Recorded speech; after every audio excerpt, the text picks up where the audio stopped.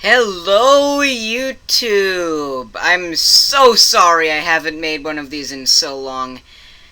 My computer crashed a couple months ago, and when I was reopening everything, I forgot to reopen Fanfiction, and I had no idea that there was a new Guardians of Magic out, because I had not had Fanfiction for a while. I've not had it open for a while, had no idea that there was a new chapter.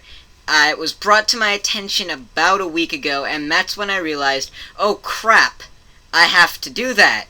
And originally I was going to do that within a couple days, but the new Team Fortress 2 UGC season started, and I've had to keep in practice, and I'm going to be on a Sixes team starting next season, so that's going to be busy.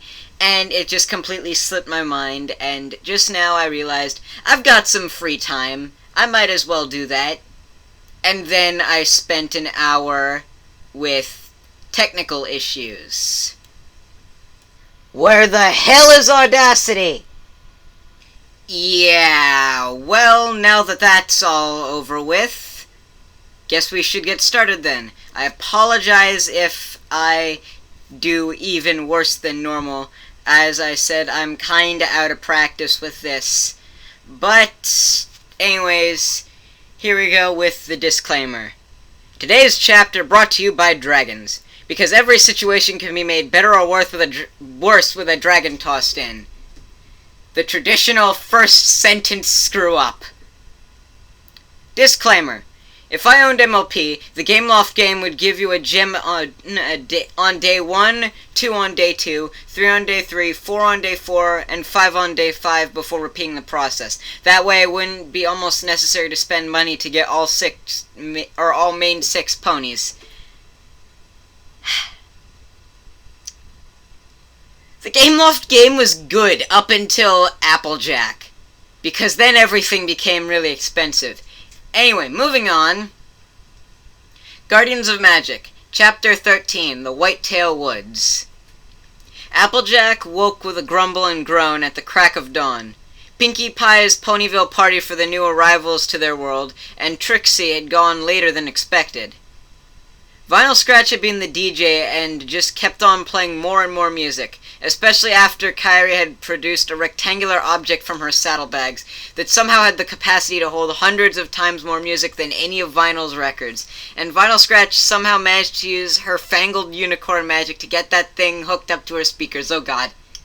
That sounds amazing, actually. I want to hear that.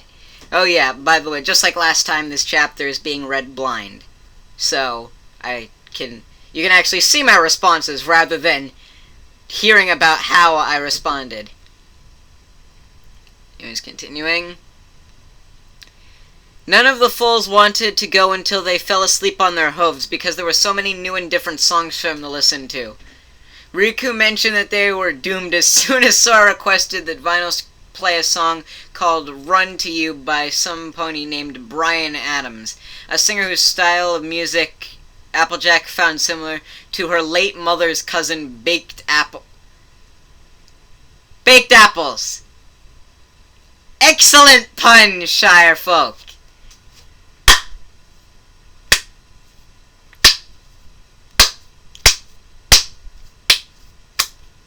Okay, enough of that. And Kyrie followed up by asking for a ditty called Run With Us from a certain Lisa Lougheed. I'm not sure if I pronounced that correctly because I've never been good at pronouncing names. A name AJ knew no pony similar to. For some reason, Trixie had seemed entranced with that song, but Vinyl just kept playing more and more music from the strange little box until Mr. and Mrs. Cake finally told Pinkie Pie that she needed to shut the party down because it was running close to midnight and the twins needed their sleep. All in all, though, Applejack had a good time, and she was certain that Apple Bloom did too. Sora, Riku, Kyrie, Ray, and even Trixie seemed to have enjoyed themselves too, though Sora did embarrass himself when he tried standing up and attempting to perform the time warp as per Lyra's instructions after the unicorn discovered his interest in humans. Trixie's mood went over the moon, too. When the town collectively decided to give her a second chance after her encounter with Pete, she even dedicated a half hour of her time there to giving a magic show to the fools that were present. While rubbing her eyes in an attempt to get the sleep out of them, Applejack thanked Celestia that Big Mac and the others had run Pete right out of Ponyville soon after she and other girls and Spike had left for the library. If he was some sort of bad guy from another world, she didn't want him anywhere near her town. Applejack yawned and went to a corner of her room, basking in the red and gold glow of the freshly rising sun. A bubble of pride swelled in her chest. A bubble of pride swelled in her chest as the light flittered through the still green leaves of the trees in the orchard and bounced off of ripe apples. They probably had one last good harvest to get in before winter would settle down for a while. Some figures were already moving down below in front of the barn, but the proud farmer had to pause for a second when she realized the ponies down there in the early morning light weren't her kin. She smiled. "Well, butter my biscuits."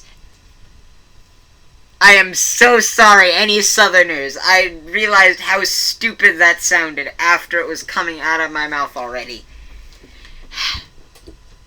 After yesterday, I never would have taken them for early risers.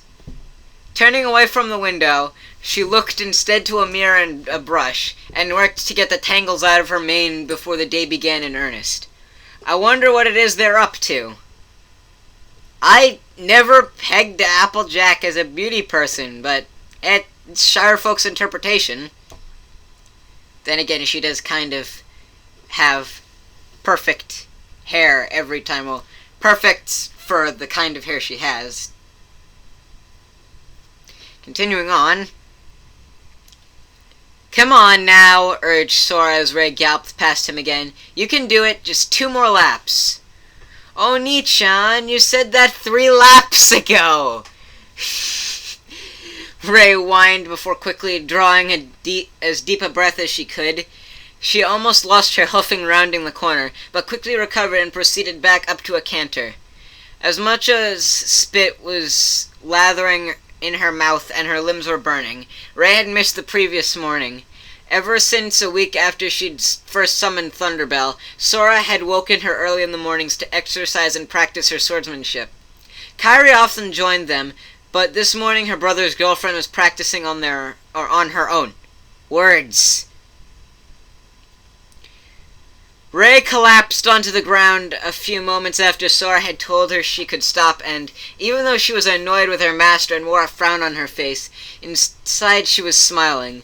Despite the friends she had made and the many things she'd already seen on this adventure from her own, these painful moments where she loathed her brother were some of her favorites, because they were the moments where the two of them had time with each other without too many obvious distractions.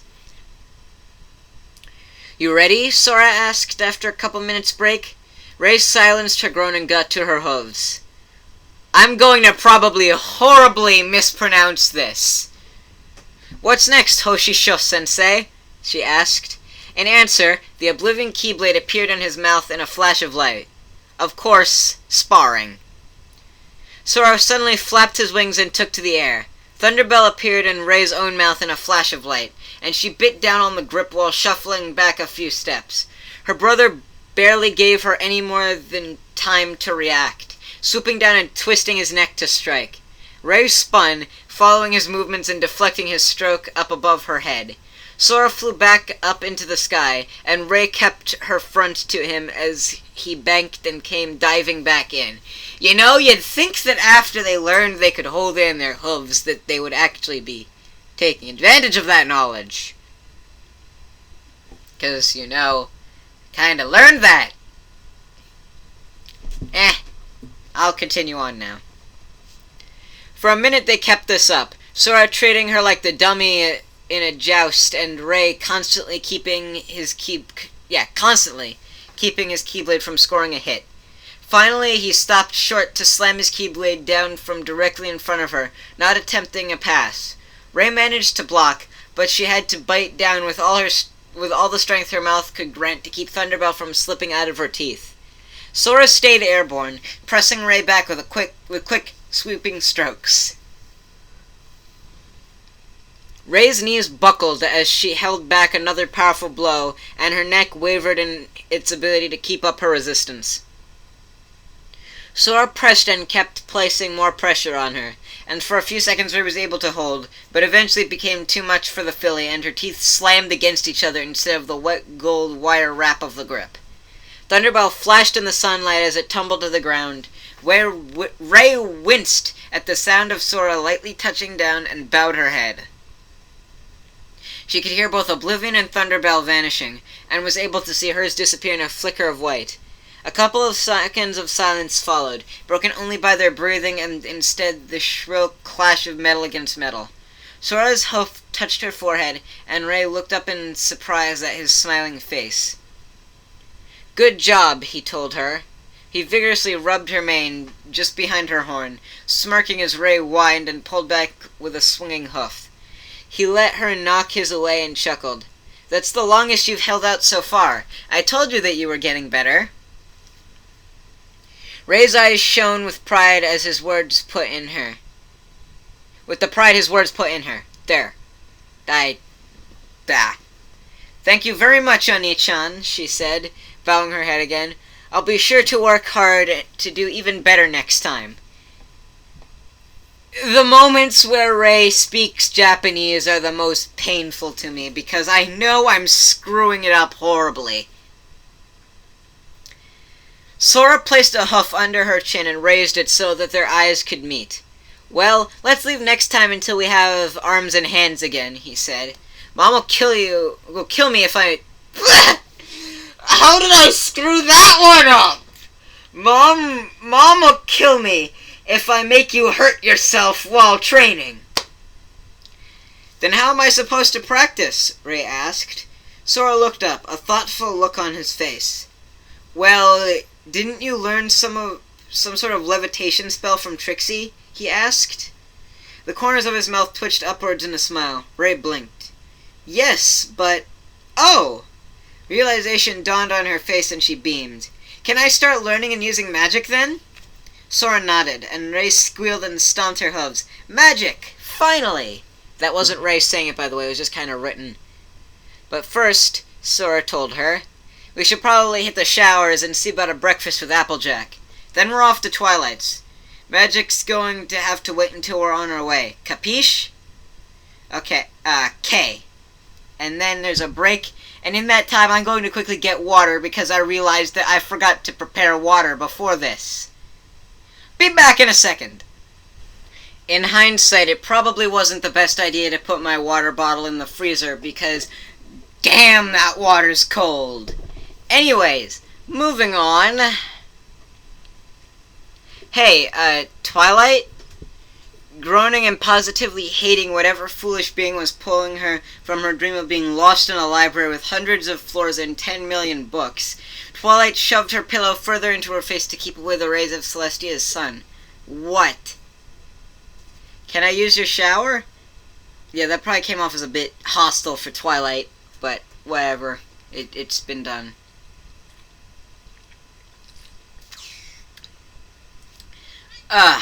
Yes, you can use the shower, Riku. Now let me sleep." Promptly denying the stallion a second thought on her mind, Twilight tightened the blankets around her body and snuggled into her pillow.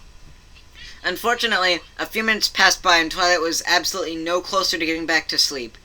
Spike had forgotten to close the blinds, letting in all sorts of harsh, sleep-preventing light from her mentor's cursed sun, and the sound of running water and murmuring from her bathroom could be heard. Thinking perhaps that Riku was calling her to ask her something, Twilight opened her eyes, looking longingly at her pillow, and finally sighed before getting to her hooves. "What was that, Riku?" she asked. She yawned and slowly plodded her way down the stairs from the bedroom area of the loft above the library towards the bathroom. Twilight stopped dead in her tracks. Trixie was already up and was standing by the bathroom door that was just opened by a crack and spying within. The other part that made her stop was that Riku hadn't shouted out a call for something, but now she could discern that he was singing in the shower. Twilight couldn't make out the words, though, so her natural curiosity bid her to do the only thing that made any sense. As quietly as she could, the unicorn tip-hoofed her way to where Trixie was standing. The other unicorn turned to look at her when she heard Twilight approach, first in surprise, then with a lecherous smile. Trixie thought you were more honorable than to spy on stallions while they showered. I want to know what he's singing, Twilight insisted. Trixie raised an eyebrow while her smirk remained. They held for a moment, and Riku's voice came crystal clear over the running water of the shower.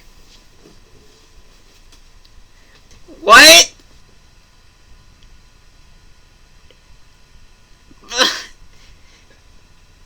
I'm not gonna say this. I'm not gonna say it. If you wanna know what it is, it's 3 lines from "I'm Sexy and I Know It," and I refuse to say them.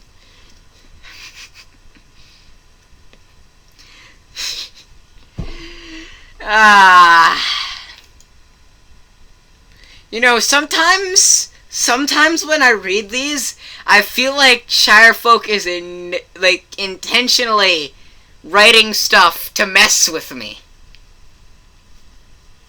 Like the whole Shakespeare bit, which is in last chapter, if I remember correctly. Because I'm bad at Shakespeare. Of course, he was there for that, so... Okay. Twilight stared at the crack between the door and the wall as an intense mental conflict arose. For years, she had avoided the tittering gossip of the other fillies and mares at school about colts and stallions. None of their rampant flirting and stallion chasing was at all practical to their valuable study time. So very Twilight. So very Twilight. What would arguing about whether physical strength made a style more attractive than magical power assist in their own ability to properly learn and cast spells, or memorize the 15 feats of Grand Archmage Evenstar the Faithful? She had her own ambitions and desires, and romantic relationships would take away from precious time dedicated to her studies. She wouldn't be able to complete her degree if she spent every third hour dedicated to a cult friend or mare friend. Not that she was of that persuasion, at least. As far as she knew, she wasn't attracted to mares in that way. No, she liked stallions. She was sure of it.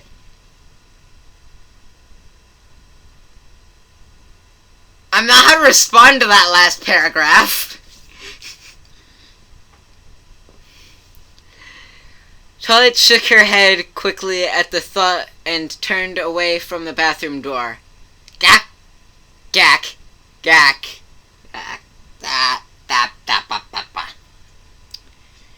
She didn't have time to be thinking about this. She needed to check up on Spike and Sweetie Belle, make sure that breakfast was being prepared, review the notes she'd made last night on her assumptions as to where they could find the cave that the founders of Equestria took shelter in, eat breakfast, review her notes again, make sure that Aloysius was comfortably asleep in his nook just outside the kitchen window, and triple-check her notes before holding the briefing. More lines from "I'm Sexy and I Know It." And a lot of Skype messages. I should just start turning off Skype while I record these. Jeez.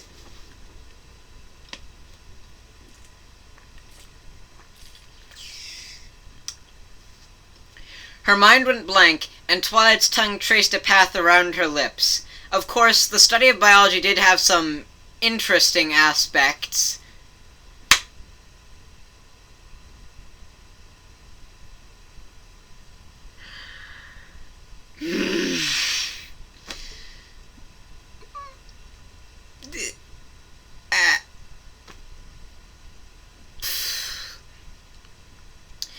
Twilight lit up her horn as she cast a spell. A small notebook and a quill levitated over to her position, and she turned around again, catching Trixie looking at her with knowing eyes. She blushed and made a giggle she knew she was supposed to be ashamed of, but just couldn't bring herself to be.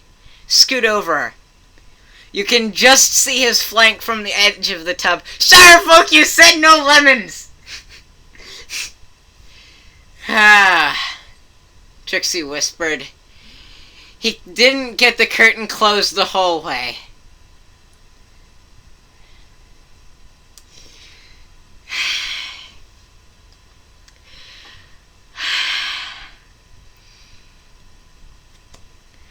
Give me a moment.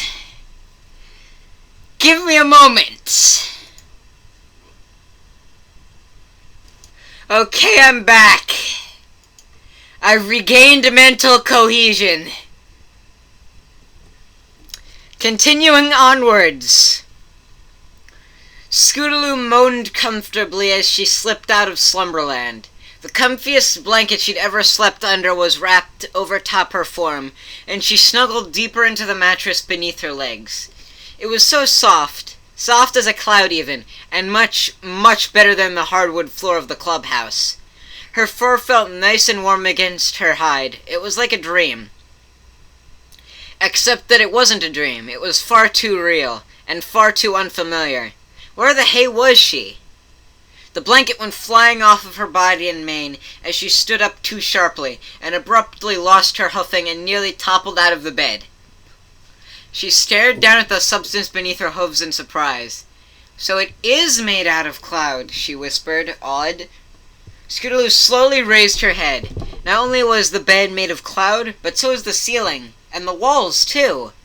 Adorning one wall above a chest of drawers was a poster of a white Pegasus stallion with a teal mane and tail standing on a cloud in front of a sunrise and a smoke trail created by 5 other Pegasus ponies, all 6 of them wearing the same blue and gold flight suits. "Where am I?" Scootaloo wondered aloud. "Where do you think?" She hopped off of the bed, bounced slightly on the checkered patterned cloud floor, and looked up at the poster of the Wonderbolt again. She wondered who he was. He certainly wasn't on the current roster, according to Rainbow Dash. None of the Wonderbolts had teal manes. When I looked at the posters, I always thought it was Soren on them. Maybe it's an older poster. I don't know. "Morning, Squirt." Scootaloo jumped a figurative mile at the sound of Rainbow Dash's voice and sharply turned towards its source. Standing in the room's open doorway was no pony other than the rainbow-maned most awesome mare in Ponyville herself, though her awesomeness was slightly mitigated by the loud and wide yawn currently spreading her jaw to unbelievable proportions. "Rainbow Dash!" Scootaloo exclaimed. "What are you doing here?" Rainbow Dash finished her yawn and gave the filly a small smirk. "I live here, duh." Scootaloo's mouth dropped open and her mind centered fully on the one thought now circling her mind around her head. "I'm in the Rainbow Dash's house." Dash kept on smiling as she walked into the room. She chuckled a little. "Sorry about the guest room not having a lot of stuff. I don't often have guests overnight. She turned her head away. "You mind not staring so much, Scoots? It's kind of freaking me out." Scootaloo blushed and snapped her mouth shut. She quickly looked away from Rainbow Dash, mentally kicking herself for making her idol uncomfortable. "Come on, Scootaloo. You're in Rainbow Dash's house with Rainbow Dash. This is a chance to show her how cool you are." "First time in a cloud house, huh?" Rainbow Dash asked, swelling. "I built it myself, and it is pretty rad. But nothing on the ground beats a cloud house for a Pegasus. We belong up here in the sky." She looked curiously at Scootaloo. "Say, how's your flying coming along?" Scootaloo swallowed and flapped her wings as hard and rapidly as she could. She could feel thrust, but it was nowhere near enough to lift her body. Her hooves were far easier to look at instead of the best flyer in Equestria. "Still nothing," she lamented.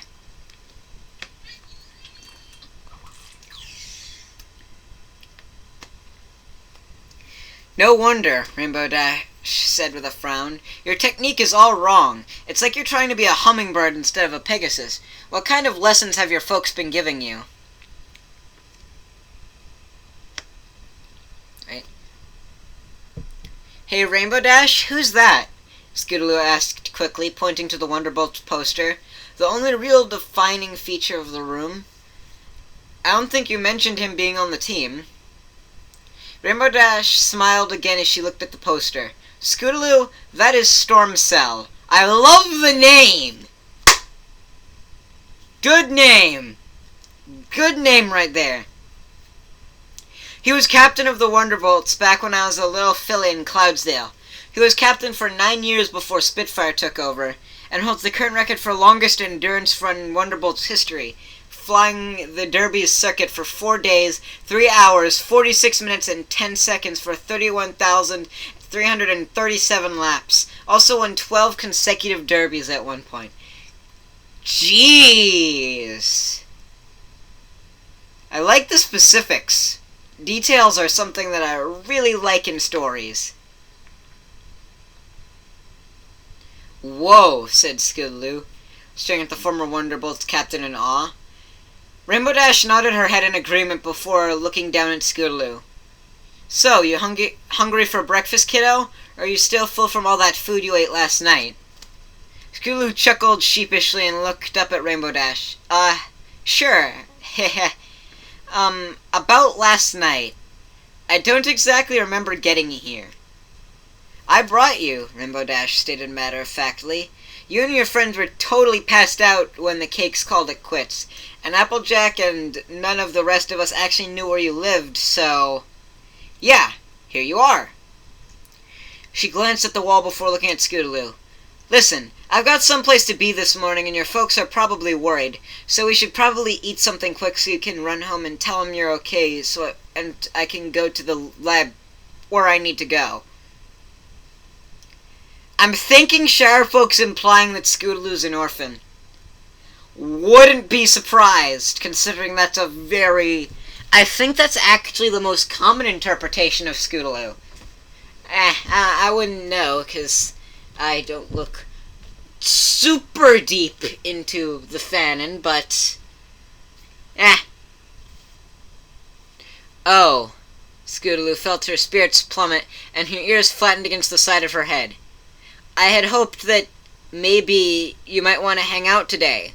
Show me some of your more awesome moves that you've been practicing. Why do people keep messaging me on Steam and Skype and everything? I have recording tagged on Steam.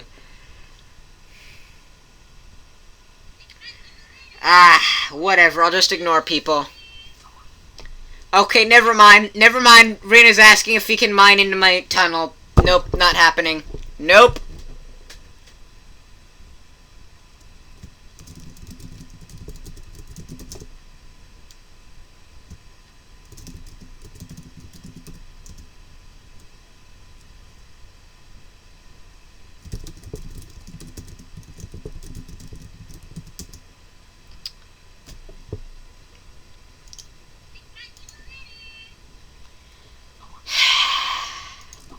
That's resolved.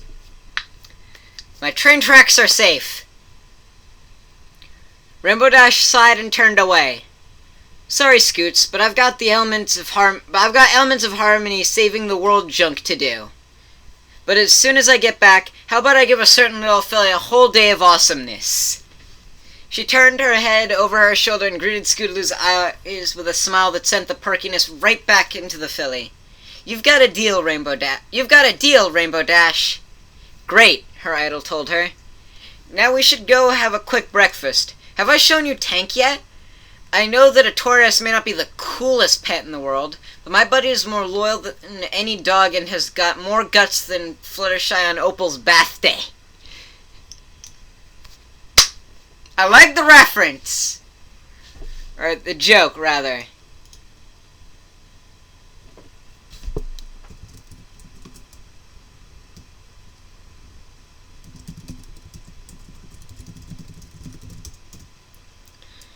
Rena, you can't, no. You can't mess with my tunnel. It's my tunnel. I spent 2 weeks on it. Now please let me record.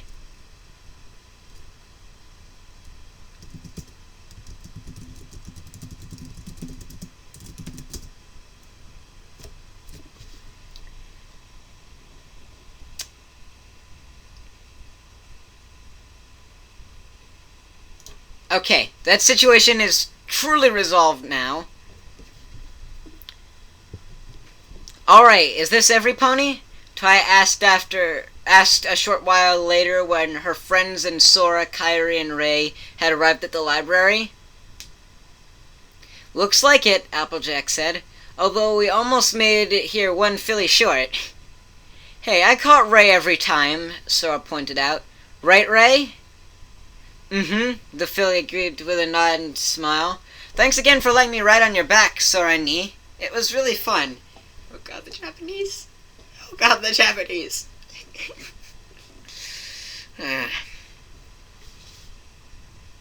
That's because flying is awesome, Sora said with a superior look at Riku, who rolled his eyes. Rainbow Dash laughed and gave Sora a huff bump while agreeing with him. So what's the scoop, Twilight? Pinkie asked. Where can we find the heart? Twilight raised her head and her horn became enveloped by her magic's glow. A large map of Equestria floated out of a library shelf and unfurled on the round table in front of them. Now, according to the records kept by Clover the Clever, Smart Cookie, and Commander Hurricane... But it was Private Pansy. Commander Hurricane was the one who was... Commander Hurricane was Rainbow Dash. Private Pansy was Fluttershy.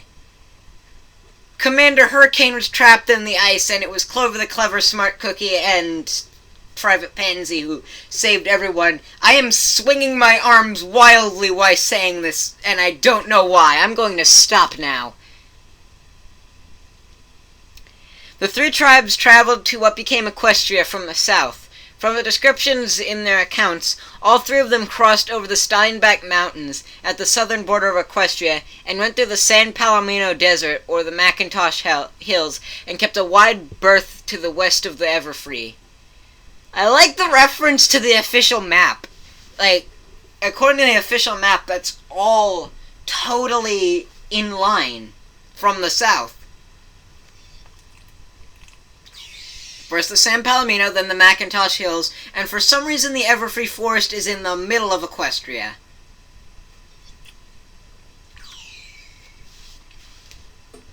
But that's not important right now. As she spoke, Twilight was levitating 3 separate colored pencils, one blue, one orange, and one purple, and drawing lines with them on the map. Now, they forded a river and traveled through a wood before crossing another mountain range into a valley. According to Smart Cookie, the land here was very fertile, and in the mountains behind them, Princess Platinum and Clover the Clever found many valuable gemstones. When the three tribes had discovered each other and Princess Platinum, Chancellor Puddinghead, and Commander Hurricane started bickering with each other again, they had to retreat to the mountains to take shelter from the storm of the Wendigos. I'm still not comfortable with the name of the creatures being Wendigos, considering Wendigo is a corruption of Wendigo, and Wendigos are really, really kind of scary monsters. Anyways, continuing on, and I go off topic too much on these. So how's that supposed to help us? Rainbow Dash asked. Rainbow, look at the map, Twilight said encouragingly. Those 3 ponies have already shown us exactly where to start looking for the cave they sheltered in. The fertile fields that Smart Cookie mentioned could only be Equestria's primary farm country in the Great Oat Meadows, Applejack finished for her. Tapping her hoof at the map, I've gone there on Apple family business a time or two, and I remember seeing a bunch of mountains south of yonder hill where some of our kin live. Apple family business. Because farming is a big time industry, you know? Like, you gotta go on business trips for that kind of thing. And I like the name Yonder Hill. Continuing on. That's the Unicorn Mountain Range, Twilight said. In the past there are many mines in those mountains for their precious gems. Most of them have closed down after ponies got tired of working them, or the gems were mostly exhausted. Just because they got tired. Yeah, that makes sense. Totally. But if you are still active today, and there are still some mining towns that haven't become ghost towns. So what you're saying is that the place where the founders of Equestria took shelter from the storm of distrust and hatred is somewhere right there, Riku said, tapping a hoof at a general area on the northern side of the Unicorn Range, just a little to the west of Canterlot and Mount Ponylawn. Correct. So, how long is this going to take? Spike asked. I was so sure it was going to be Applejack who was saying that. The princesses probably want us to find the keyhole and seal it as soon as possible. That way, Equestria won't be swallowed up in darkness because of the Heartless, right? He glanced at Sora's band, to which the 4 ponies nodded their heads. Clover the Clever and Smart Cookie's journals spoke of a pass through the Unicorn Mountains, Twilight said. She circled a place on the map. In between 2 of the stylized peaks of the mountains of the range, I'm confident that it's Ambling Mare's Pass. If we make good time and don't encounter too many surprises, we can be on the other side in 3 days' time. Either on the way, though, the pass, or once we're through.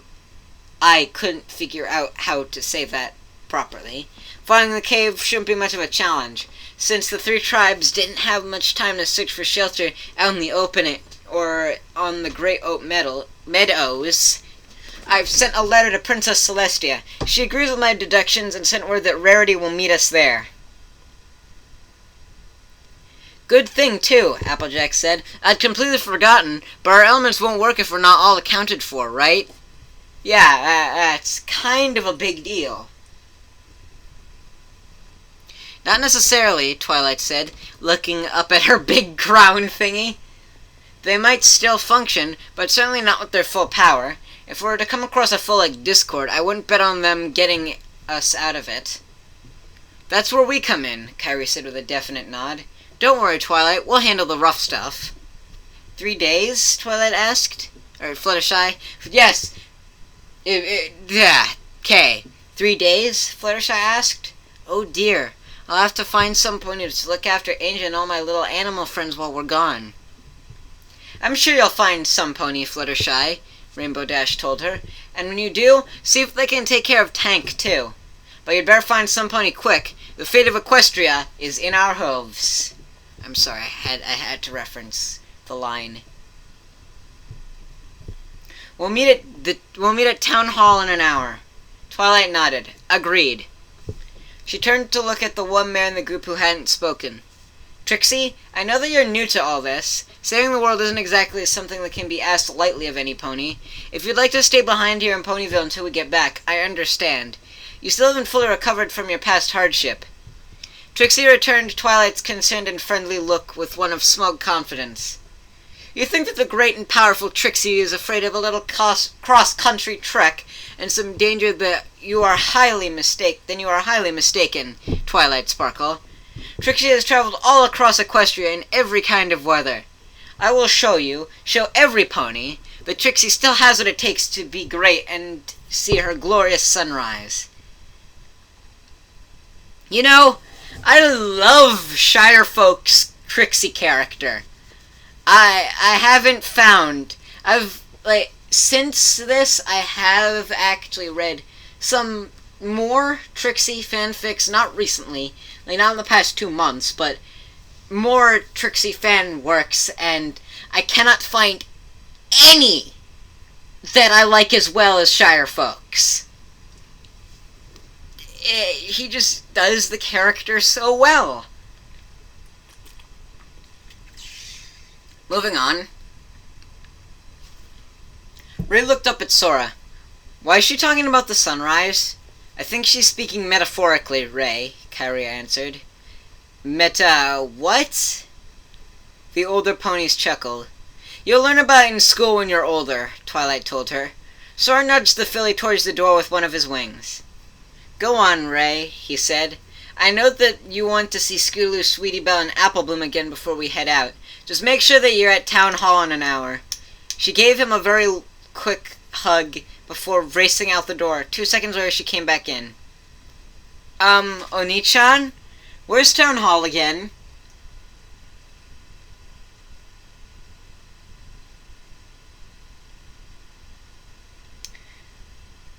The silence is because I am silently punishing myself for screwing up the Japanese so bad, because Japanese is a beautiful language and I'm butchering it.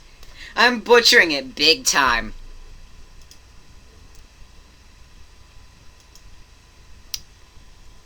It's that really big, round, towery, important-looking building in the center of Ponyville, of course, Pinkie Pie reminded her. Ray's cheeks took on a delicate rosy hue. Oh, right. See you in an hour. And with that, she was off. Twilight Sparkle turned to the rest of the ponies in the library. She looked over all of them, feeling completely calm and comfortable in the role she'd unconsciously taken on for their group since the very beginning. All right, every pony. You each have 1 hour to see to your preparations. When you're finished, meet up in front of Town Hall so that we can be on our way. Yeah! Twilight couldn't help but smile at the cheer that her friends put out. Pinkie Pie galloped out of the library right away, with Rainbow Dash flying out in a close second and Applejack just behind. Fluttershy was muttering to herself, trying to list the possible candidates for looking after her critter friends. As she left too. Twilight raised a hoof to stop one pony. Oh, Sora, could you stay here for a minute? I'd like a word with you. The stallion shared a quick look with Kairi and Riku before waving them on and nodding his head. Sure, Twilight, what's up? He asked while Riku and Kairi left together. Twilight led him to the leading room, just off to the side, and took a deep breath. What she was going to ask wasn't something that she fully wanted to, but there weren't really a whole lot of options available to her considering the issue. It would probably be hard enough to work for his friends as it was in case Heartless appeared on their journey. She took the liberty of assuming the unfortunate likelihood was somewhere between the range of 100% likely and you're darn right Heartless are gonna attack us. I love that. Sora Rarity asked me to look after Sweetie Belle while she extended her stay in Canterlot to help Princess Luna on whatever it is that they're working on. With their parents on vacation, there's no pony else who can look after her on such short notice, so I've decided that I want to take her with us. Sweetie Belle's going with them? I kinda like this idea. Totally unexpected, but I like it. The Pegasus across from her looked like he immediately wanted to bark out, "No!" as vehemently as he could, but stopped himself. A thoughtful look came onto his face, and he gazed up at the roof.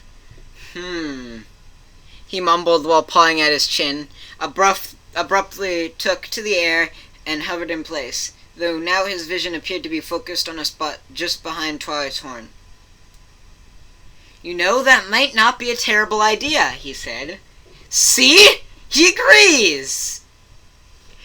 There was just the ghost of a smile on his face, and Twilight looked at him in surprise. "You really think so?" she said. "I know that it's absurd, bringing a fool with us on a perilous quest and everything, but I thought for sure as an experienced fairy that you'd be completely against it." "I kinda thought so too, but yeah. I am against it," he agreed, stunning her, "but I'm also for it." Twilight's answering voice was flat. "You're going to have to explain that one." "Well, I am against it because it is one more pony we'd have to make sure stayed safe, which means that we'd have to keep our eyes on her too instead of just the Heartless in front of us, so that sucks. But on the other hand, it'd probably be good for Ray to have another kid her age around with her for a while. Everyone else we've been with since Destiny Islands has either been an older teenager or an adult, and it'd be nice if she had a friend her own age for a bit." "So this means you're okay with Sweetie Belle tagging along?" Twilight asked. It was always best to be sure in these sorts of circumstances. "Yeah," he answered brightly. "I'm cool with it, if that's all." Twilight nodded gratefully. "Yes, it is. Thanks for your understanding, Sora." "No problem. TTFN." What the hell is TTFN? "TTFN?" Twilight asked. "See? I want to know what this means and where he got it from," tilting her head. "What's that mean?" Sora stopped and looked at her. He grinned. TTFN. Ta-ta for now. Oh.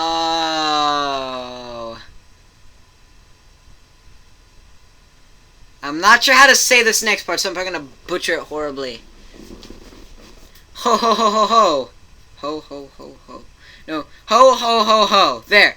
Ho ho ho ho. Twilight gawped as Sora then bounced out of the library. She took her head and quickly levitated a book she needed in order to triple-check something. That pony's as crazy as Pinkie Pie sometimes. You know, this chapter's called Whitetail Woods, and I think I'm about halfway through it for now. I'd hope that I'm halfway through it by now, because I'm a third down the page. But yeah. Like, and we still haven't seen the Whitetail Woods. An hour later, the 11 ponies and Baby Dragon had all assembled again. Saddlebags were double and triple checked to ensure that they had all the possible supplies that they might need for the few days' hike it would be. Twilight gave them all a pep talk for the third time. Sweetie Belle was reminded for the 5th time that anything dangerous showed up, she was to get herself to safety and hide. And Fluttershy and Spike each got one last hug from Angel Bunny and Pee-wee, respectively, before leaving them behind with the enthusiastically waving derpy hooves and the doctor. Both ponies had agreed to look after the critters while they were away.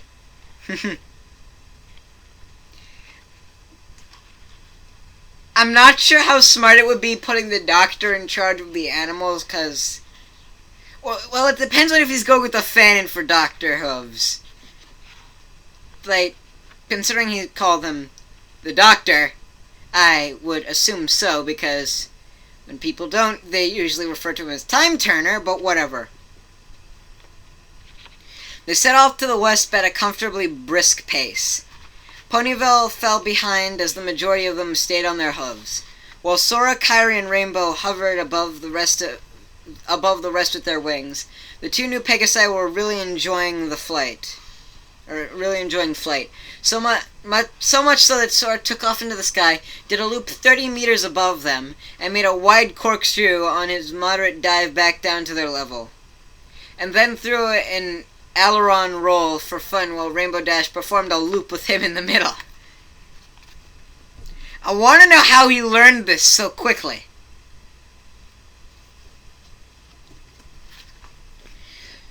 The land around them quickly changed, leaving behind the scattered buildings and farmland of the area surrounding Ponyville and exchanging it for the lightly forested paths and of the eaves of the Whitetail Woods. Yay, Whitetail Woods! Within a short hour.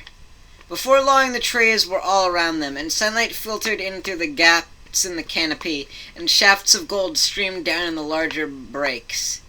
Butterflies could be seen fluttering in the sunlight, and a bee was buzzing near the blooms of a bush filled with small white flowers. Wind gently rustled the leaves, and the sounds of their flapping wings made the audible clip-clop of their hooves, gave everything a sense of gentleness. The running of the leaves should be happening soon, Applejack noted, looking up at the crown of a giant poplar tree. Leaves look like they'll be changing colors right quick. Running of the leaves? Riku turned his head and looked back at the farm pony from his position just in front of Twilight. Well, sure, Applejack said. When the summer starts giving way to fall, and all the leaves on the trees in Equestria change, that's when we all run a race and shake 'em off.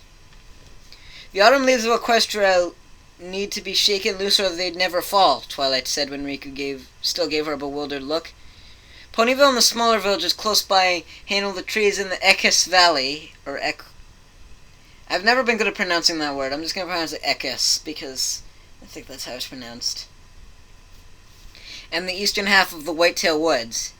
Naturally, with the need to have so many ponies running and shaking the ground with their hooves for it to work, the running of the leaves became a Ponyville tradition. So it's a big race through the Whitetail Woods to shake down the leaves and having fun while we're at it, Rainbow Dash interrupted excitedly, zooming down and almost catching Riku by surprise. She looked back at Applejack. It'd be nice to run it again. That was a good episode, at least in my opinion.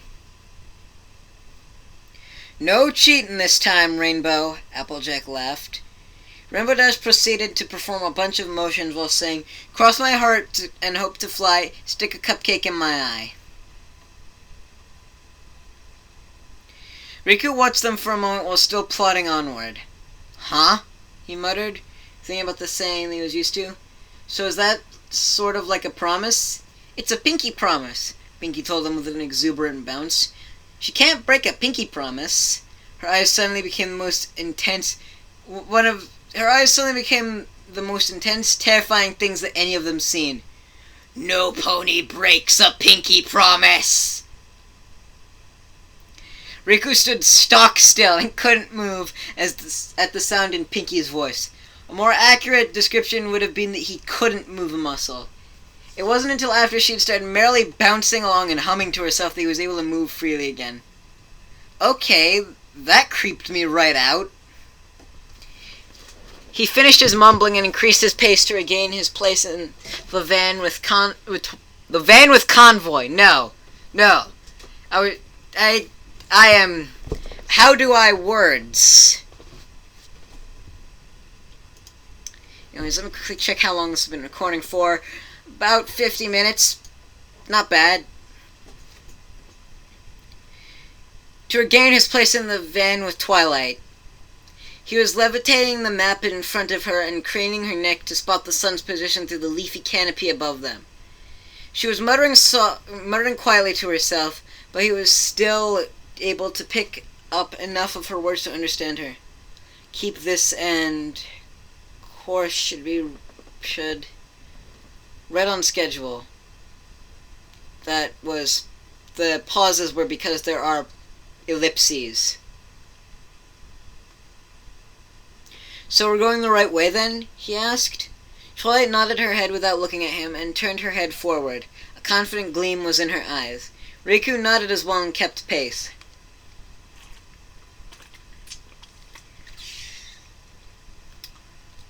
For the most part, their walk passed in quiet. There were scattered conversations here and there in hushed voices, and their Pegasi returned to the ground to avoid smacking into low branches from the trees or flying above their lofty crowns and losing sight of the group. The sun continued to climb in the sky while it made its way west, and birdsong accompanied the clopping of their hooves along the dirt and grass. However, at one point, Fluttershy cast her eyes around and spread panic to most of the members of their company with a quiet question. Where's Kairi?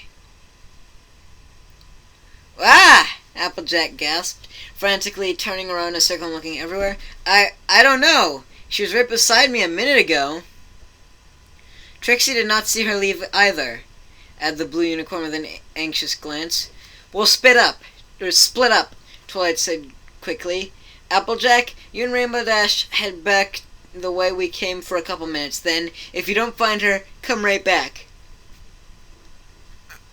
Trixie and Fluttershy will go that way, and Pinky and I will go this way.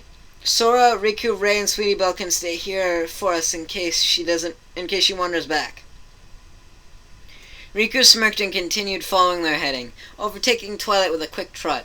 Don't worry about Kairi, he said. She's around. Uh-huh, Ray agreed with a nod of her head, continuing as well with a smile creeping onto her expression. She'll be back at lunchtime, right, Oni-chan? The Japanese. Sora nodded his head and kept pace too. The equestrian pony stared at them for a moment. Okie dokie Loki, Pinky agreed, smiling suddenly and following the three. La la la. What just happened? Applejack asked, glancing at the others. Shouldn't we still look for her? Sweetie Belle wondered. Ugh. Sorry about that yawn. Shouldn't we still look for her? Sweetie Belle wondered, and sent her gaze deep into the forest surrounding them. I know I wouldn't want to be out there all by myself. It's the white tail. Don't worry too much about it.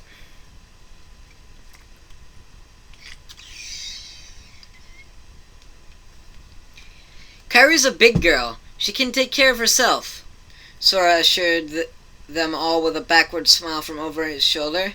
Now come on, let's get going. Slowly, the other ponies started to follow. A few hours later, they came across a small meadow in the woods. The sun had just passed its zenith by this point, so twilight called it time for them to break for lunch. True to their word, Kairi flew down from over the treetops behind them and landed gracefully in the middle of the company, and Ghibli answered their questions about her whereabouts. The meadow wasn't really much bigger than a small, mostly circular clearing in the brush around 22 meters in diameter, but it suited their needs just fine. The sun was high, the birds were singing, the grass was a vibrant green, there had been absolutely zero signs of trouble. Bunnies were grazing, and they had delicious carrots, apples, cupcakes, cookies, leafy sandwiches, and Applejack's divinely scrumptious apple fritters to munch on. "Oh, hey," Rainbow Dash spoke up while Sora took a swig of water from his canteen. "I almost forgot." She started rummaging through her saddlebag and quickly pulled out what looked like a magazine. "You guys made the front page of the Daily Bugle." Oh god. Oh god. I think I know where this is going. Sora's water suddenly decided that his mouth was not a very good place to settle down in, and decided to take a one-way rocket trip to watering the grass instead. "We made the front page of what?" Sora yelped. "Well, more like Riku did," Rainbow Dash added. She tossed the paper forward. "Here, take a look." Sure enough, the cover right beneath the tabloid's name, the Daily Bugle, there was a picture of Riku blasting a soldier heartless with a dark ball of fire from his horn. The header read, "New horn in Canterlot. Blazing horn. Friend or foe of menace spider cult."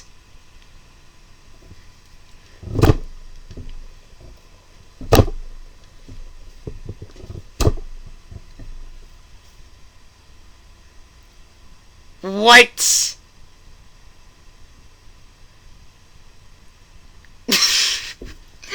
I'm sorry, I can't help but laugh.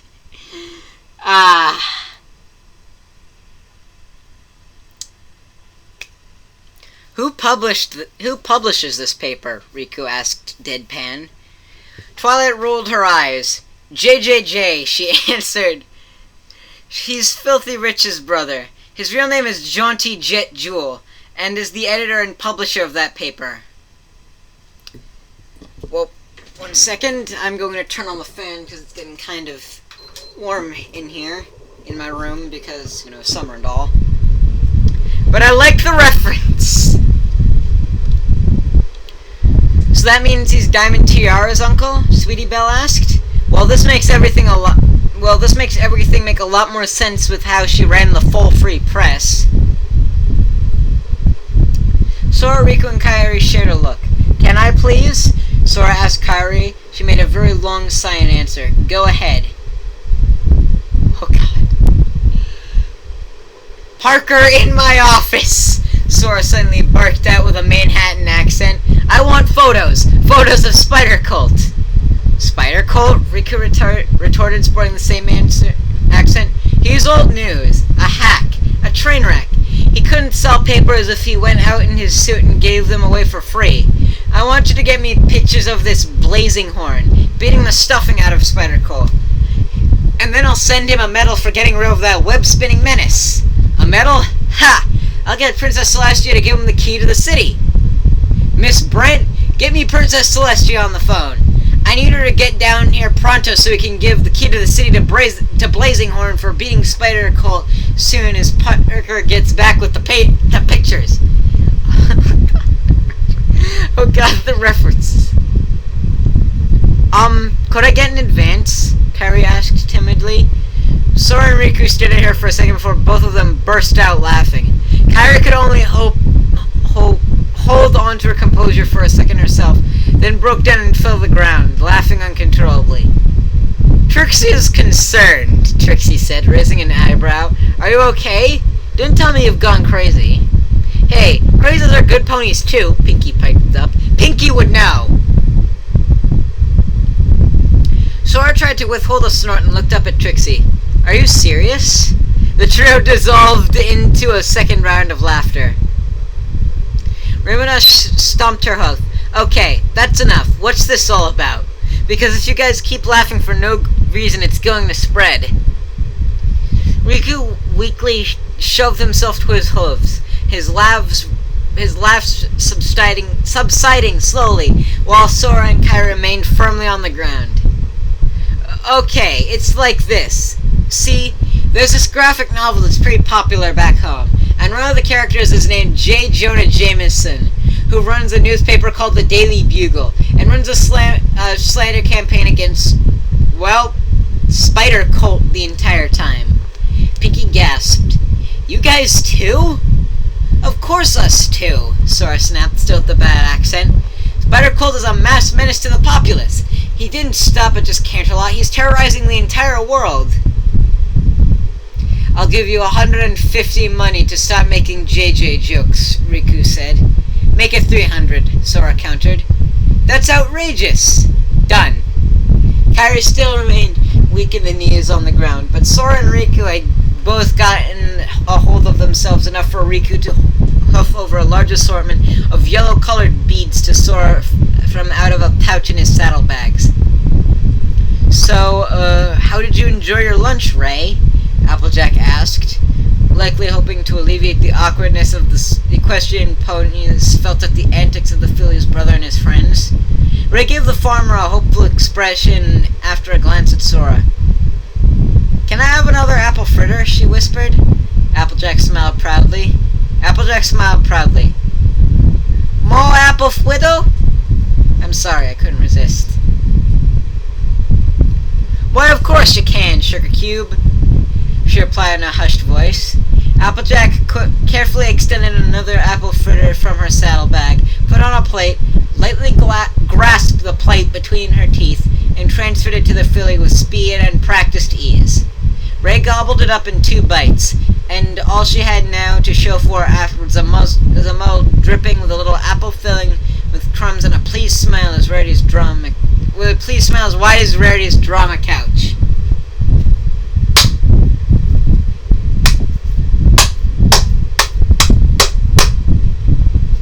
Well, I'm gonna take a quick look and see how long I have left.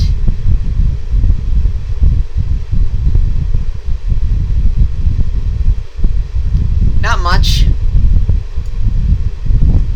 Okay. The creature sighed pleasantly as it looked at the closed doors. It was certain that within the room beyond was a stallion working himself into a tizzy due to some project or another, and the unicorn would have run himself completely ragged in the week of her absence. Knowing that the inevitably likely could not be delayed any longer, the creature raised one small clawed hand covered in copper scales and knocked 3 times, then twice more, before opening the doors and entering the office.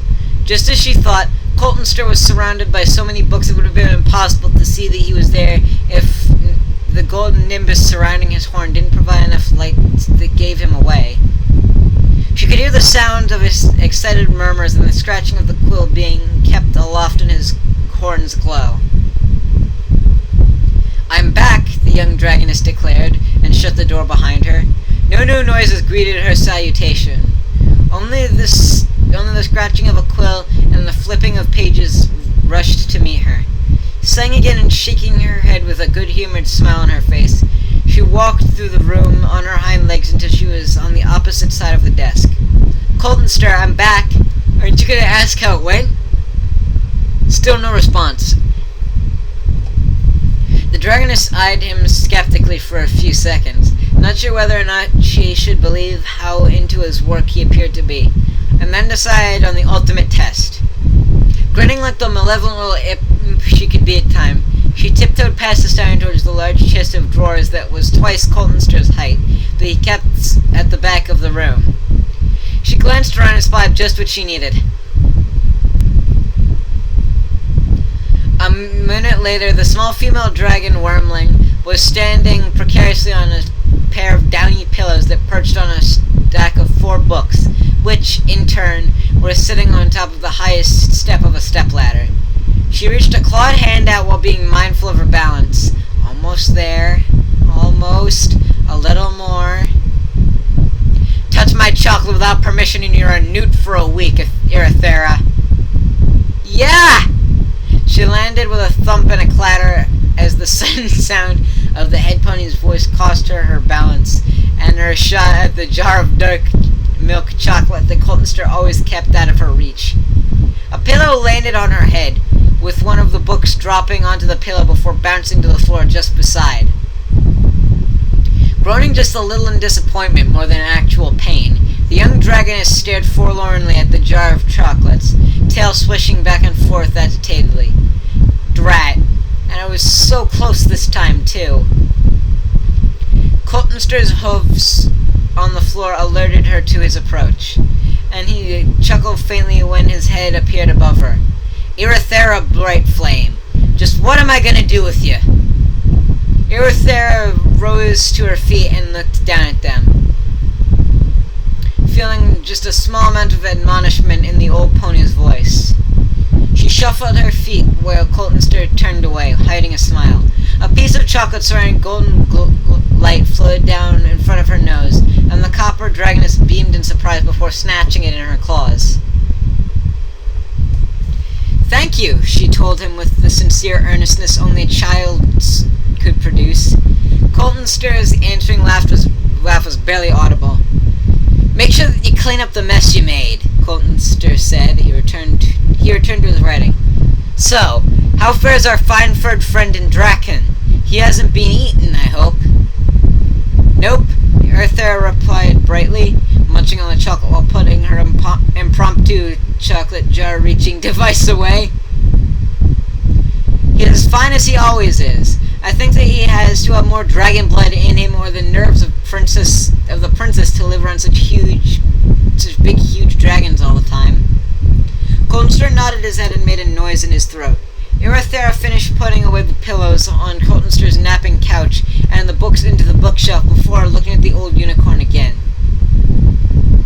He was back to writing down whatever it was he was writing, the head pony also looking up at a book with his magic, and glancing at it from time to time. What is he writing in that? Wondered Irathera, whatever.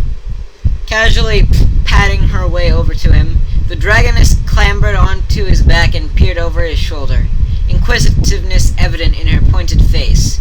Her tail waved back and forth, her ruddy brown scales faintly glinting in the light. I'm going to totally butcher this pronunciation. That's Aragrak, he pointed out, recognizing the pattern of the rune. That's Aragrak, she pointed out, recognizing the pattern of the runes in his quill was making in the page. He nodded. Very astute. Why are you writing in Draconic? This is going to be a going-away present for Twilight Sparkle, he replied. Tell me, Irathera, what is written using Draconic notation? She peered at the page for a second or two, reading at it, and then her expression revealed sudden clarity. I have a feeling this is going to be a magic rune of some sort or something, because I'm told that in Skyrim, runes for magic are written in Draconic. Spellbooks, she answered. Are you copying your super secret spells to give to her? Only a few of them, Coltonster relented. I certainly wish for her to be prepared for what she may encounter on her journey, but by no means am I entrusting her with all of my spells. So which ones are you going to give her? Asked Irathera. Are you going to teach her how to scry on ponies, or stop time, or turn into a raven? Nay, I shall not be teaching her anything. Twilight Sparkle is the princess's own pupil in the element of magic, remember? She will not need my instruction, even if these spells are far more complex than what she has currently performed. From what I understand, she has been able to teleport for over a year now, and has been able to create a moderately powerful wall of force.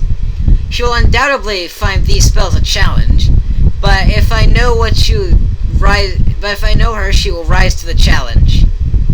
Irathera nodded a couple of times, letting the silence sink in for a bit before opening her mouth again. How do you tell if a fool has raided your pantry? Coltonster grinned silently. How? Only the bottom shelves are entry. How do you tell if a dragon has raided your pantry? How? Only the gems are missing. How do you tell if a parasite has raided your pantry? How? Pantry? What pantry?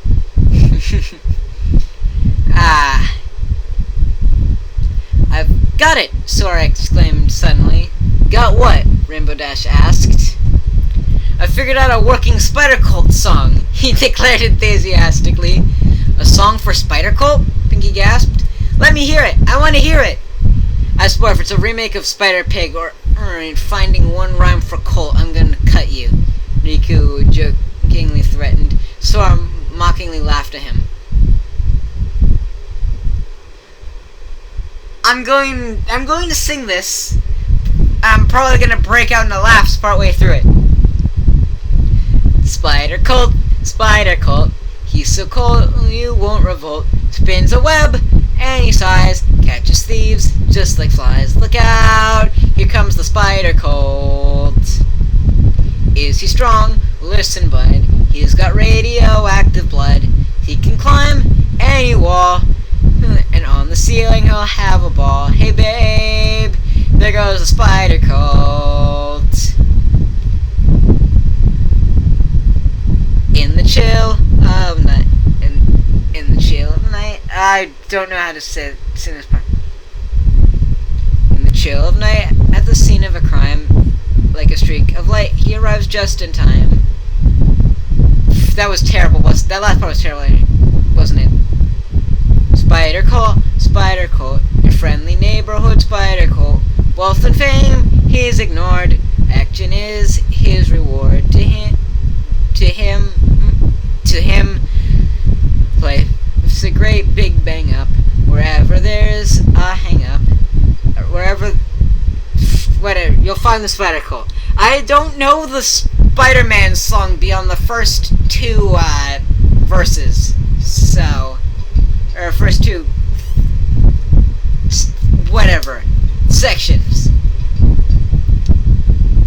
stanzas, I guess. I'm receiving a phone call, but I don't care right now. There was a silence in the woods for a few seconds, and then Pinkie Pie rushed Sora and tackled him to the ground. That was awesome! It wasn't when I was singing it, she told him, eyes bulging out of their sockets with every word. You've got to teach it to me. Did you just make that up? Sora, you win 2 points in the game of life, Carrie said. But you lose 2 for stealing my catchphrase, Rainbow Dash told him. Sora blinked. Your catchphrase? Rainbow Dash puffed out her chest with pride. Never fear, your friendly neighborhood Rainbow Dash is here. That's nothing, Riku told her. You're afraid to have nothing on the Green Lantern. Sora and Kairi groaned. Riku, we don't care about the Green Lantern Corps or the Justice League, Kairi exclaimed. In brightest day, in blackest night, no evil shall escape my sight. May all who worship evil's might beware my power. Green Lantern's light. That is kinda badass, chanted the Blue Unicorn. What was that? Twilight asked, impressed. The oath that Hal Jordan took when he became a Green Lantern, Riku answered. He then proceeded to spend the next 3 hours until they stopped for the evening telling Twilight about Green Lantern, and she listened eagerly to every word. Okay, that's a lie. Spike listened eagerly to every word. Have you been taking... Oh wait, no, right, this existed before my loadout logs, which that's a blog I started. It's not important. If you really want to know about it, watch backburner.wmv. It's my last video.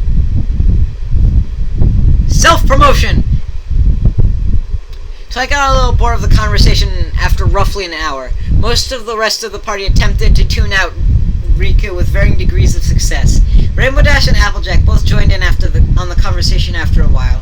Trixie and Sora both worked with Ray and Sweetie Belle on levitation while they walked. Ray showed moderate improvement, while Sweetie Belle has struggled to get a stick a centimeter off the ground, but would later tell any pony listening that she did get it to levitate. Honest! Fluttershy tried to stop listening and paid attention to the flora and fauna she could to the floor and any fauna she could set her eyes on. Kyrie vanished again, and Pinky bounded along, humming a merry tune to herself. So Pinky. Their evening resting place put them beside a stream cutting through the woods. Twilight and Applejack quickly set about putting the others to use, ordering their campsite. "Hey Sora," Kyrie said as she flew down to where she had been. "Can I talk to you for a second?" The other Pegasus looked at her and nodded his head. "Where are those two going?" Rainbow Dash said, setting some logs out for the group to sit on. "It looks like they're going on a walk to me," Fluttershy said. "But didn't they fly away?" Whatever, it was never specified.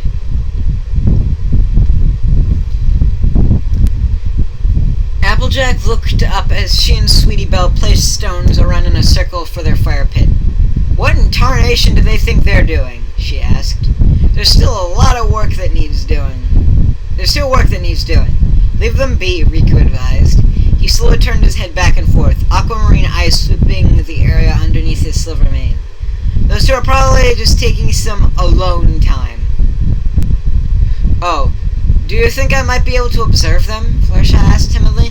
"I promise I won't get in the way." Riku ceased his guardian watch for a moment to give her a startled expression. Ray was the one who spoke up instead. "Watch them?" he asked, frowning. "Why would you want to watch my brother and Kyrie make kissy faces at each other?"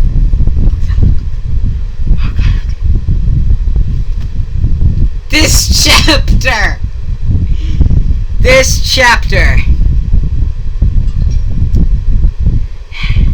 Fluttershy blushed and laughed nervously. It sounded incredibly forced.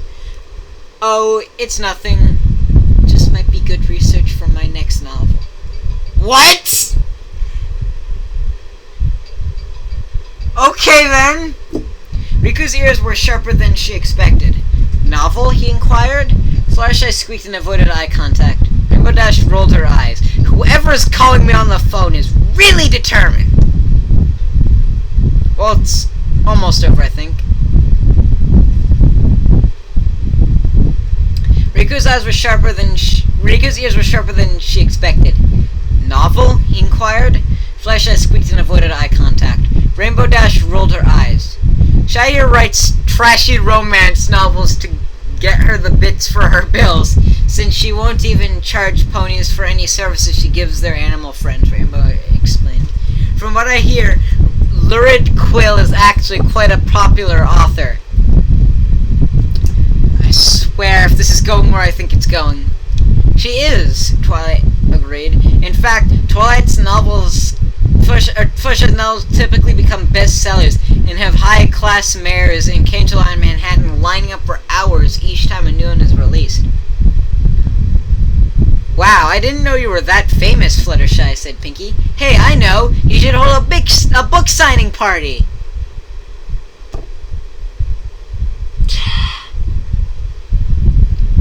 "No, I could never do that," Fluttershy stammered. "All those random ponies I don't know seeing who I really am and finding out I've never been in a serious relationship. I don't think I could handle the pressure of meeting them and disappointing my fans." She hung her head, subdued. "Should not some ponies still go with them?" Trixie asked. "What if those black creatures the Heartless attack?" "And you're worried about them?" Riku said dismissively. "Sora's the guy who saved the entire realm of light twice. Even if he did need some help to do it, and he's not going to let anything happen to Kyrie either. Relax. If the Heartless do show, they'll be able to handle themselves just fine." He returned to giving the surrounding area a sweep with his eyes. Rainbow Dash kicked back on a log and broke out her Daring Do book, and Pinky rolled in the grass. Let's see how much longer I've got.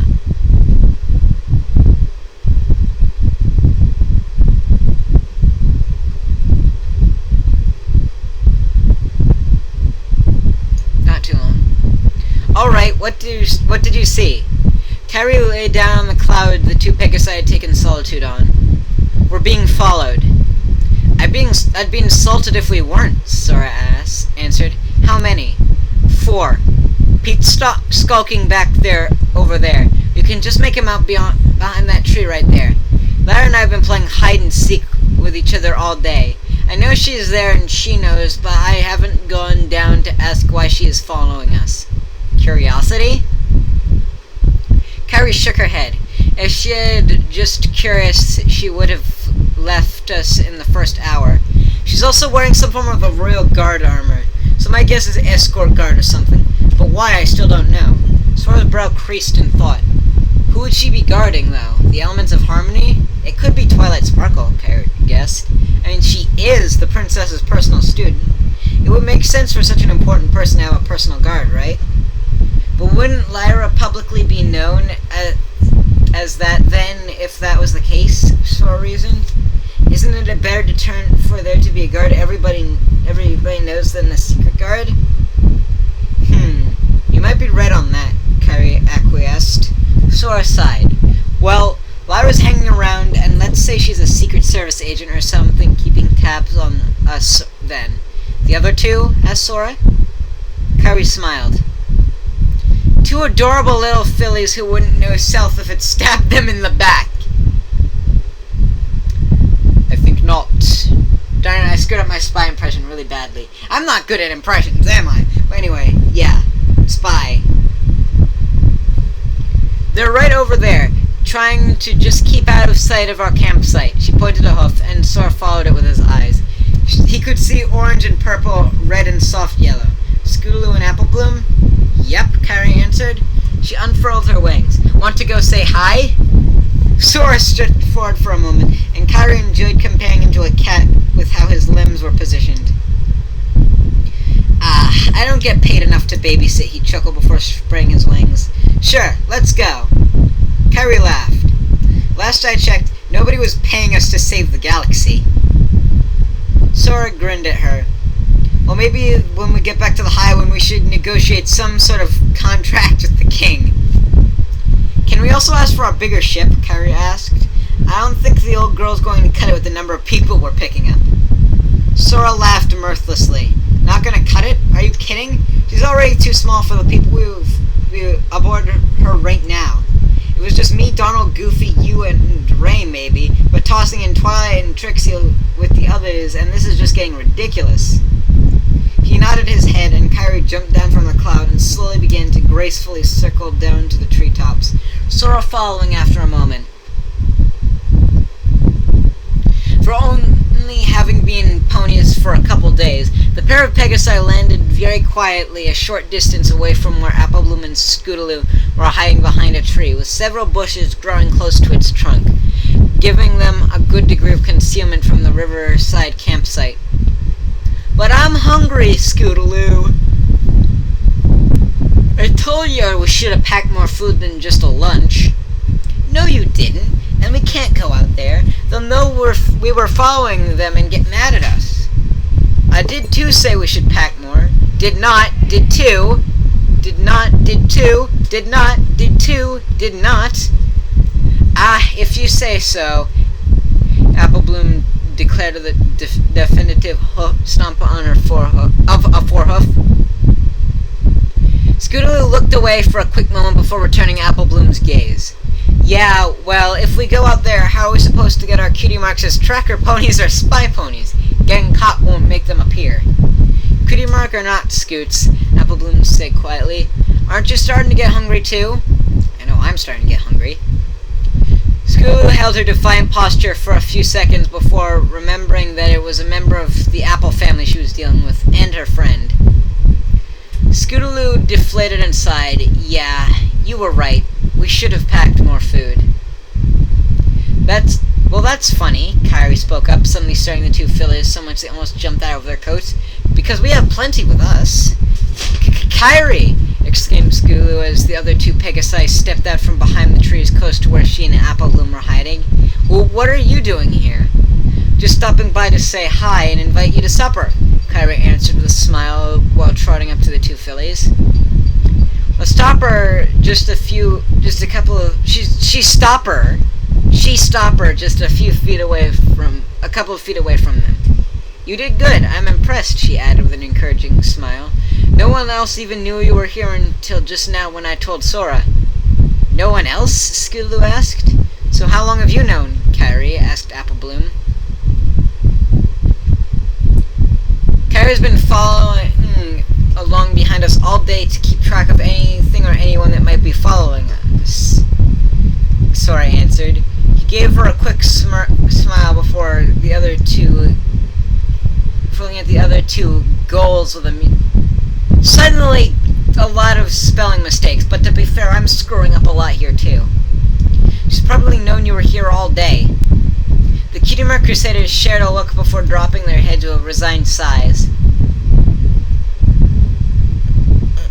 I guess we aren't getting our cutie marks in stealth then. Chin up, Kyrie said with a laugh, pushing Applebloom's chin up with her wing. Like I said, I was the one actively checking for pursuit. None of these bozos noticed. I take offense to that, Sora cried in mock hurt. Kyrie quickly lowered her head to the fillies. Watch and learn, girls, she whispered and gave them a conspirator's smile. Kyrie giggled suddenly and pushed her head underneath Sora's neck. Aw, you still love me anyway, she insisted, batting her eyelashes. Sora looked uncomfortable for a moment before sighing and submitting to the dopey smile that had been threatening to crack his face into two pieces or would cop him in the eye. How come I can never say no to you? Sora asked in exasperation. Kyrie pulled away and trolled a laugh that made even the leaves of the trees laugh along with her. Because I have you wrapped around my hoof sashaying these bodacious hips of mine, Kyrie answered, slowly walking past him and doing her very best to sashay like she could. Scootaloo and Applebloom both snorted and laughed while Sora just stared. Did you seriously just say the word bodacious? Scootaloo asked. Where are you from? The Nadies? The Nadies! Really? Kyrie hummed a chuckle in her throat. No sooner had she finished than a different rumbling ascended through their ears. The rumbly-tumblies of hungry fillies. Come on, Kyrie urged softly. Let's go and get you something to eat. Now, if you can go now, we can get it over with quickly. You're not sending us back to Ponyville, are you? Applebloom asked. We'll let Twilight and Applejack decide that, Applebloom, Sora told her, but I don't think they'll be sending you a whole second day's trek through the woods by themselves. So, Scootaloo began, the gears in her head visibly turning as she worked out Sora's intended words. We can stay? As far as I'm concerned, it'd be for the best, Kyrie admitted. You followed us this far, might as well finish it. Now go on through the bush and get the lectures over with. Grimacing, the two fillies bowed their heads and reluctantly headed towards the campsite. Sora and Kyrie shared a look before Sora sighed. Two more little girls to keep track of and safe. I'm going to regret this. I know it. Sora, Kyrie began. I don't like having to be the responsible one now, Sora continued. Why can't we go back to the days when it was me, Donald, and Goofy searching for you and Riku and the King and saving the galaxy in the process, just playing it by ear? Sora.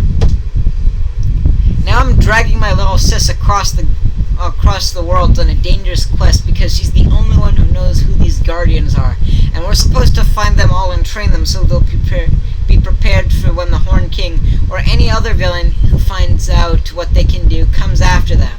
I know this is going to end badly. I've read through enough fantasy novels to know the bad guy's going to swoop in the moment we have all the MacGuffins in place and nab all of them while thanking us for doing all his work for him. Sora. How am I going to keep Ray safe, Kyrie? How am I going to keep Zelda and Trixie and Twilight safe? For all we know, the Horn King's already beaten Maleficent, and I don't like the look of that Syndrome guy. Syndrome! Incredibles! Loved that movie! They could have all the Heartless under their command just like the organization did. Sora! What? He asked, sharply turning his head towards Kyrie. Kyrie held his gaze and turned her body to face him directly. This isn't you, Sora. Calm down. Calm down, Sora asked. I am... His hoof was stopped. He was stopped by Kairi's hoof over his mouth. No, you're not. You're letting the responsibility get to you. Kairi removed her hoof and sidled up next to him. She wrapped a ring over his neck. If you like, I can have a couple of words that you taught me. I have a couple of words that you taught me that could help you out. Yeah? Sora chuckled humorously. And what are those? Hakuna Matata. Kairi smiled as she felt Sora begin to laugh, just though how his chest was moving, and then it rumbled into her hearing. Just from beyond the bush, they could hear older ponies now catching sight of Apple Bloom and Scootaloo's approach. What in tarnation are you two doing here? I came to help to keep Sweetie Belle and Ray company, and I came to keep Scootaloo company. And we were also trying to get our Cutie Marks' tracker ponies. Sora's laughter doubled as he no doubt imagined the look on Applejack's face, and Kairi couldn't help but join in on it. He glanced down at her as they shared in their laughter, and Sora waited until they'd calmed down, but he moved in and surprised his girlfriend with a kiss on her cheek. I knew there was a reason I loved you, he said. Kairi hummed in response. Well, I'm sure there's more than one reason, she replied. You're right, he agreed. Your mother bakes me cookies. Kairi stared at him with an open mouth, and so I gave her a cheeky grin before breaking into a canter. Oh, I'm gonna get you for that one, Sora Hoshisho, Kairi cried as she chased him into the camp, back to the camp. Oh god, I screwed up that word so bad and I know it.